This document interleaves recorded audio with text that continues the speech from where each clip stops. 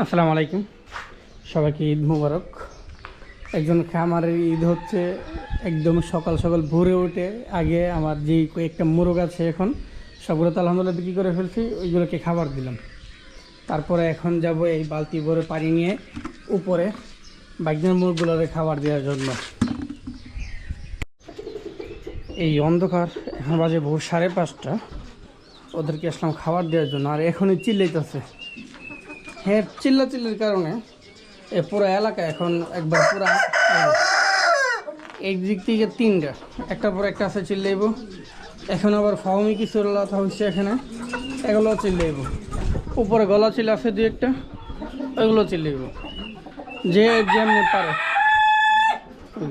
দিল, আবার দিব এই পাশ থেকে।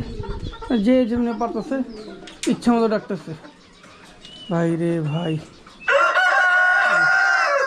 এই অবস্থা। এলাকার মানুষ যে কোন দিনে আমার পিটানি শুরু করে আল্লাহ জানে। সবগুলাকে এখন খাবার দিয়ে শেষ করলাম, চলে যাচ্ছে এখান থেকে। এখন অনেকে ভাবতে পারেন যে এত সকাল সকাল কেন খাবার দিলাম। আমি ভাই এই মুরগগুলোর জন্য ঈদের বাড়িতে যাইতে পারি নাই। তুই চিল্লা, আমার কথার কোনো দাম নাই।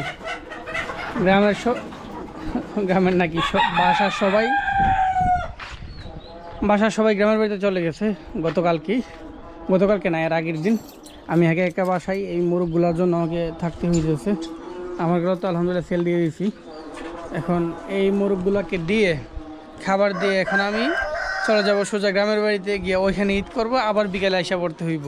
মানে একজন খামারি হওয়ার যে কী পরিমাণ কষ্ট, সবাই যে খালি ভাবে টাকা আর টাকা, এই যে কষ্টগুলা এগুলো তো কেউ দেখে না। তো যাই হোক, চলে যাচ্ছে এখন।